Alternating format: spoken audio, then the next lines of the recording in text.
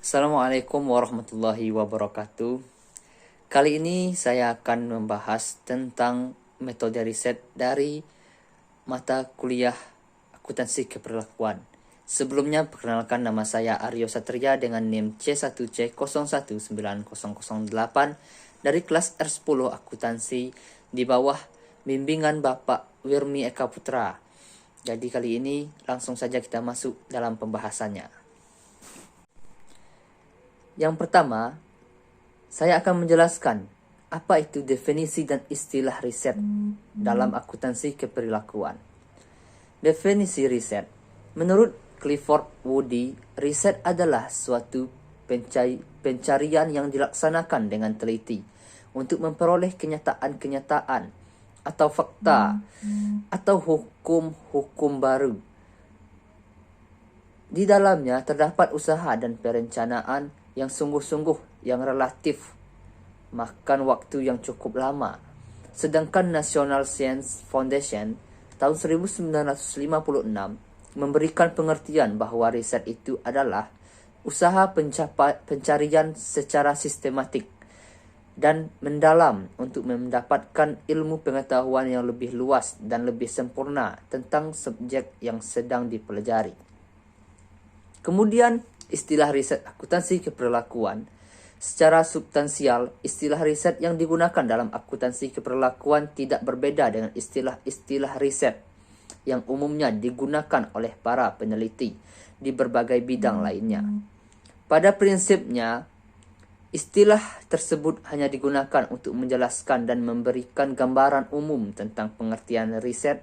Berikut berbagai jenis definisi yang menjelaskan istilah riset. Dalam definisi di atas terdapat dua hal yang perlu ditekankan. Yang pertama, kalau kita mengatakan bahwa riset ilmiah bersifat sistematis dan terkontrol, ini berarti penyelidikan ilmiah tertata dengan cara tertentu sehingga penyelidik dapat memiliki keyakinan kritis mengenai hasil riset. Kedua, penyelidikan ilmiah bersifat empiris. Jika seorang ilmuwan berpendapat bahwa suatu adalah begini, ia harus menggunakan cara tertentu untuk menguji keyakinannya itu dengan suatu yang berada di luar dirinya. Dengan kata lain, pendapat atau keyakinan subjektif harus diperiksa dengan menghadapkannya pada realitas objektif. Kemudian, motivasi dan tujuan riset.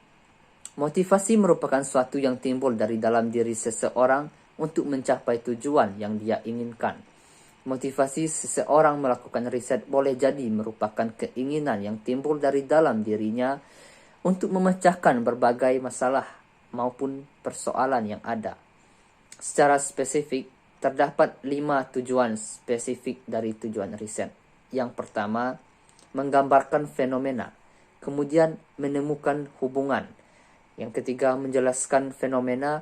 Yang keempat, memprediksi kejadian-kejadian di masa mendatang. Dan yang terakhir, melihat pengaruh satu atau lebih faktor terhadap satu atau lebih kejadian. Manfaat dan pentingnya riset di bidang ini, yang pertama, memberikan gambaran terkini, state of the art, terhadap minat khusus dalam bidang baru yang ingin diperkenalkan. Kemudian yang kedua, membantu mengidentifikasi kesenjangan atau gap riset. Kemudian yang ketiga, untuk meninjau dengan membandingkan dan membedakan kegiatan riset melalui sub bidang akuntansi seperti akuntansi keuangan, audit, akuntansi manajemen, sistem informasi akuntansi, pasar modal maupun perpajakan. Kemudian memahami replikasi, menentukan permasalahan yang baik dan pernyataan masalah yang baik. Yang pertama, masalah itu harus mengungkapkan suatu hubungan antara dua variabel atau lebih. Kemudian yang kedua, masalahnya harus dinyatakan secara jelas dan tidak ambigu dalam bentuk pernyataan atau pertanyaan. Yang ketiga, biasanya lebih sulit dipenuhi masalah dan pernyataan harus dirumuskan dengan cara tertentu yang menyiratkan adanya pengujian empiris. Kemudian jenis masalah ada 4. Yang pertama, masalah-masalah yang ada pada saat ini di berbagai sub bidang akuntansi keperlakuan yang memerlukan penyelesaian. Kemudian yang kedua, area-area tertentu dalam sub bidang akuntansi keperlakuan yang memerlukan pembenahan atau perbaikan. Yang ketiga, persoalan-persoalan teoritis yang memerlukan riset untuk menjelaskan atau memprediksi fenomenanya. Yang terakhir, yang keempat, pertanyaan riset yang memerlukan jawaban empiris. Dasar permasalahan. Terdapat 3 tahapan yang harus diperhatikan peneliti ketika merumuskan pertanyaan riset. Yang pertama, yaitu tahapan pertama dimulai dari cara menemukan permasalahan akuntansi keperlakuan. Pada tahapan ini, peneliti mengidentifikasi gejala-gejala yang berkaitan dengan masalah-masalah maupun kesempatan. Yang kedua, tahapan kedua adalah menemukan pertanyaan akuntansi keperlakuan. Pada bagian ini, peneliti mengumpulkan informasi penyelidikan. Dan yang ketiga, tahapan ketiga adalah menemukan pertanyaan riset. Pada bagian ini, beberapa pertanyaan dirumuskan. Setiap pertanyaan merupakan alternatif tindakan. Kemudian sumber penemuan permasalahan. Secara umum, sumber penemuan masalah pada bidang ini dikelompokkan ke dalam 2 faktor. Yang pertama, faktor dihasilkan dari pengalaman pribadi si peneliti atau disebut pendekatan empiris. Jika ditarik kalimat tentang pengalaman pribadi, berarti terdapat suatu kejadian yang pernah bersinggungan dan dirasakan seseorang dalam kehidupan yang biasanya akan berberkas dalam hidupnya. Yang kedua, faktor didapatkan dari tinjauan terhadap literatur riset. Pendekatan ini disebut pendekatan teoritis. Kemudian memahami teori dan kesalahan umum dalam penemuan masalah. Teori memberikan manfaat berikut dalam beberapa hal. Teori membatasi cakupan fakta yang harus dipelajari. Teori menghendaki riset yang memungkinkan hasil yang lebih besar. Teori menyarankan suatu sistem bagi peneliti untuk menggunakan data dalam rangka mengklasifikasi dengan cara-cara yang berarti. Teori merangkum pengetahuan tentang satu objek dan menyatakan keseragaman yang berada di luar pengamatan. Teori dapat digunakan untuk memprediksi fakta-fakta lebih lanjut yang harus ditemukan. Berikut beberapa kesalahan umum yang dilakukan. Pertama, riset mengumpulkan data tanpa rencana atau tujuan riset yang jelas. Kemudian, periset memperoleh sejumlah data dan berusaha merumuskan masalah riset sesuai dengan data yang tersedia. Periset merumuskan masalah riset dalam bentuk yang terlalu umum dan ambigu sehingga menyulitkan interpretasi hasil dan pembuatan kesimpulan riset. Kemudian periset menemukan masalah tanpa terlebih dahulu menelaah hasil-hasil riset sebelumnya dengan topik sejenis sehingga masalah riset tidak didukung oleh kerangka teoritis yang baik.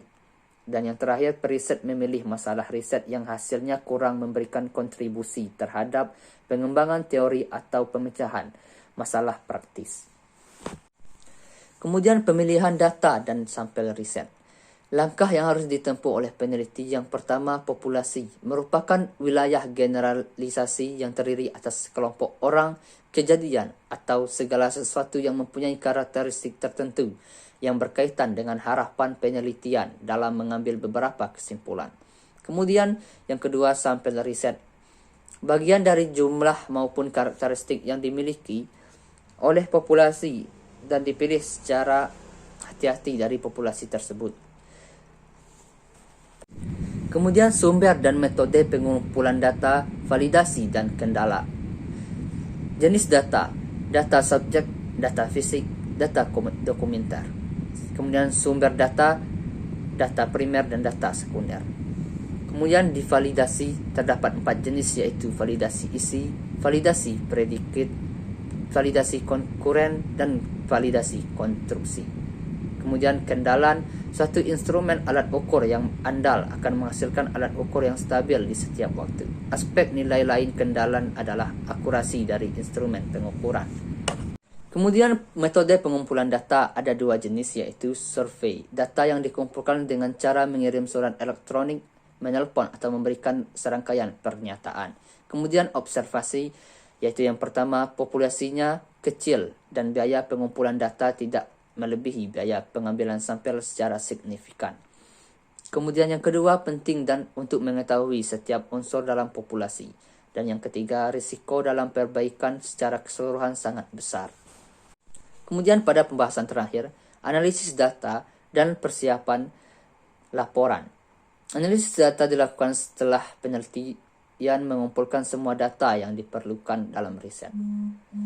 Sebagai tahap akhir dari suatu riset adalah penyusunan laporan riset. Laporan riset secara umum berisi tentang hal-hal yang berkait dengan apa saja yang dilakukan oleh penelitian. Baiklah, itulah sedikit penjelasan mengenai metode riset di dalam bidang ilmu akuntansi keperlakuan. Saya Rio Satria mengucapkan terima kasih banyak kepada semua audiens yang telah memperhatikan dan mendengarkan presentasi ini. Dan saya sendiri mau memohon maaf apabila terdapat kesalahan, kekurangan, ataupun kekhilafan dalam pembuatan dan penyampaian dari materi ini. Sekian kiranya dari saya. Terima kasih atas segala perhatiannya. Mohon maaf atas segala kekurangan. Wassalamualaikum warahmatullahi wabarakatuh.